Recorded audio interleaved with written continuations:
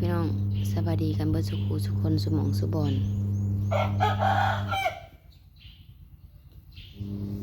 อีเอื้อยบ่ลูกพี่น้องยังมือเศร้าเลยนอนจมอยู่ยังมือแรงเลยบ่ายๆแล้วลูกลินแน่แล้วก็ก็แรงแล้วก็นอนอีกบ่ฮู้ว่าเป็นอีหยังพี่น้องตั้งแต่มือพุ่นก็ถ่าย2เทื่อเท่านะถ่ายน้อยๆ2เทื่อเท่านะให้กินยาก็กินบ่ได้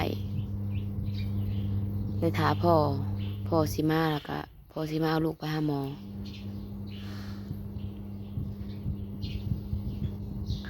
น้องน่ะก็กินยา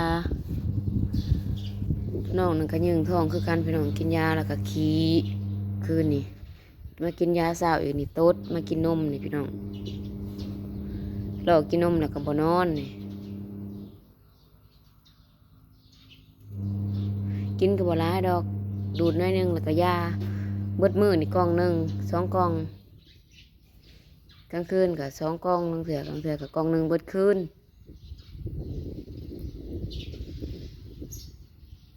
มัดผม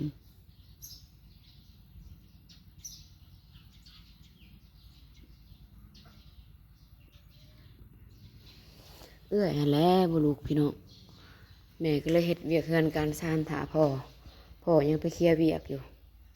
จังสิกลับมาพาลูกไปหาหมอก็เลยปั่นโตเมื่อคืนนี้พี่น้องมันขี่ลาดบ่นอนพี่น้องล่าสุดมันสิบ่เว้าเลยได้พี่น้องปั่นแหงมันตีแห้งปุงมันบ่ปิ่นมันบ่มุนอะไรพี่น้องปุงตีมีแต่ตีอันมีแต่แกงอันแห้งๆอ่ะเด้จักเป็นอีหยังตามสั่งนี่แหละได้สิเปิดน้ำใส่ตู้ปั่นไว้ก่อนพี่น้องจังสิมาถ่ายคลิปต่ออันนั้นก็กระเบื้องเพื่อนเก่าพี่น้องไปแกะออกมางิ้วน้องมันแก้พันแล้วบ่สุ่มกับมือกลับแล้วพี่น้องบ่สุ่มกับกลับแล้วบ่สุ่มกลับก็จะไม่ได้ถ่ายคลิปพี่น้องโมน้ำแต่เวียกเครื่องการซ่าแล้วก็โมน้ำลูกเนาะบ่สุ่มไปแล้วน้องสาวเขาไปส่งบ่สุ่มกลับไปทำงานแล้วอีหมดมันเศร้าแล้วพี่น้องออกแต่เฮือนหลังนั้นมาเข้าเฮือนหลังนี้ต่อจะแม่นซาดพี่น้องเจ็บเป็นเอ็นอุ่นบ่แล้วบ่เลิกพอมาพอดีพี่น้องเดี๋ยวเฮาสิไปหาอาบน้ำอาบในสืบต่อบางทีพาลูกไปหาหมอเลยเด้อพี่น้องเด้อนี่แหละไปเปิดน้ำอาบก่อนพี่น้องเฮาเบากันเฮาใส่ได้พี่น้อง ลูกไปเลยเด้อพี่น้องไว้พอมาเฮาอาบน้ำอาบในเอียงแล้วก็ลูกไปแล้วไปซื้อน้ำมะพร้าวมาบึดหนึ่งก็ซื้อบึดหนึ่งก็เงาบึดหนึ่งก็ลูกบึดหนึ่งก็นอนหมูหูเนี่ยสิเห็ดเลยพี่น้องงงเลยให้กินยาก็บ่ได้กินยาก็มีแต่หา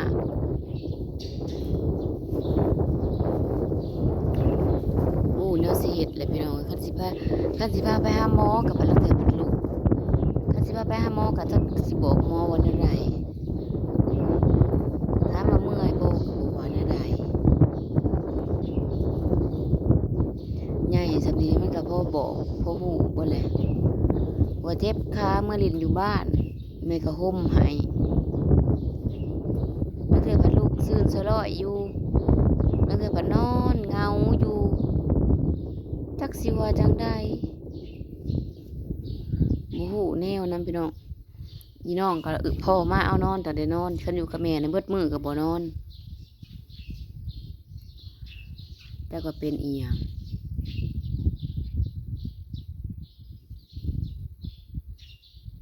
ก็นั่นในการสิพาไปหมอว่านนี่ก็ลูกลิ้นอยู่นี่มาวันนี้ตอนเช้านี่เงานี่ลิ้นโทรศัพท์อยู่ลังเถื่อกะจักสิว่าจังใดพี่น้อง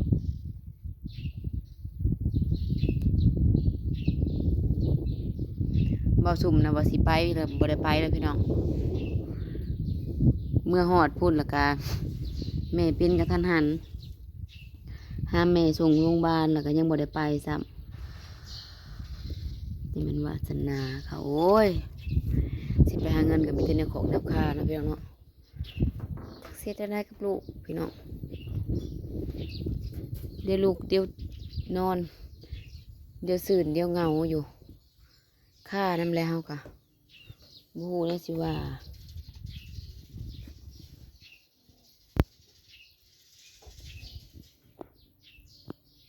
นี่น้องนะมันกินยาแม่ให้กินยาพี่น้องมันหยืงท้องนะมันหยืงได้พี่น้องอันมันเลยตดแล้วก็ถ่ายบัดนี้พี่น้องเอ้ยออกมันถ่ายออกเป็นตามีแห้งมันออกนะเดี๋ยวหน่อยนะออกเต็มที่เลยพี่น้องคือมันว่าใช้แพมเพิร์ดนะคือสิล้นแพมเพิร์ดผู้ใดคิดเบิ่งมันออกนะเลยมันคือสิมีแห้งท้องมันพี่น้องมันเปลี่ยนมันเปลี่ยนยานมเนี่ยแล้วก็คือเสียนลำไส้อะไรเนาะลำไส้มันก็สิเปลี่ยนแปลงอะไรพี่น้องผมเปลี่ยนจากนมแม่เป็นนมผงจะน้อยแม่สิเปลี่ยนเป็นนมรสจืดให้อีกลองเบิ่งนี่ไปซื้ออยู่ห้านรสจืดเขาเบิดสั่งสิว่าน้ำลูกแล้วพี่น้องบูฮูแนวแล้วแม่นี่พอจากทางไปแหละ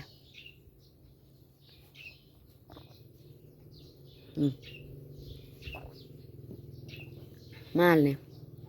พอพาไปซื้อน้ำมะพร้าวจักสิว่าแนวใดโมเมนต์ว่าบ่อยากพาไปได้พี่น้องพาไปมันพอดีกระเทินจังเฮาสิว่าแนวใดจักสิว่าเป็นอีหยังหั่นนะจักสิว่าเป็นอีหยังกันแน่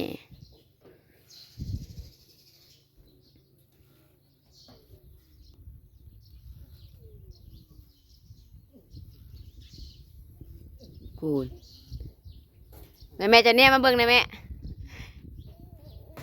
เห็นกระเทกแกลูกกับโอโซได้บ้านี่มากินยามาไหมเห็ดดีๆดูหมูสิเอาแนวใดเดี๋ยวนี้น่ะสิไปบ่หาหมอบ่เห็นบ่รถหมักแดงดึงรถสะดือเขาแก่เขากำลังสีเขียวบ่แล้วน่ะกินยาแม่ลูก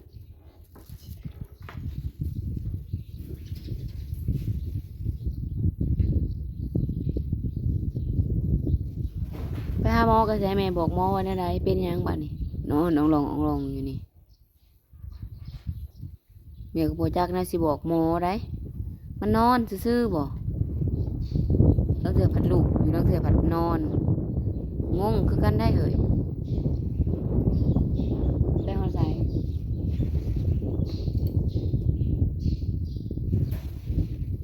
สิกินยาบ่กินยามือแรงมือเดี๋ยวนี้แล้วก็มือแรงนี่อีกมืออื่นนี่มือฮื้อกับไปขี่ได้ละหมักสไลเดอร์นะอีหมดมันเศร้ามันกินยามันหอมหาวดองเห็นบ่น้องนะกินแล้วมันกระสูออกยืงมันกระตดปูด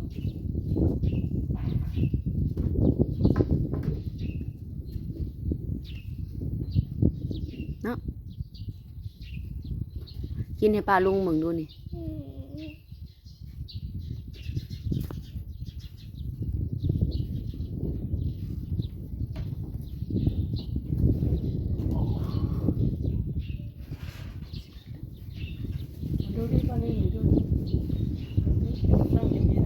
ลมเย็นพี่น้องลมเย็นอีนี่ขาวๆอ่ะ18-29สิมีฝนเฮ้ยไปไหมสงบแล้วนะนี่ต่อขอสินี้ก่อนแม่ต้องหนีพี่น้องถ่ายเห็นแม่บ่นอนต่อเฮ็ดเวียกกันจังเฮ็ดบัวที่พี่น้องผลสิมาหำหมอลำเลือง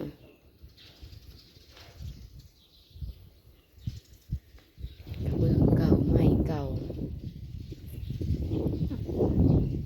นี่แหละพี่น้องอยู่กับลูกก็จะสิว่าจังไดภูมิใจลูก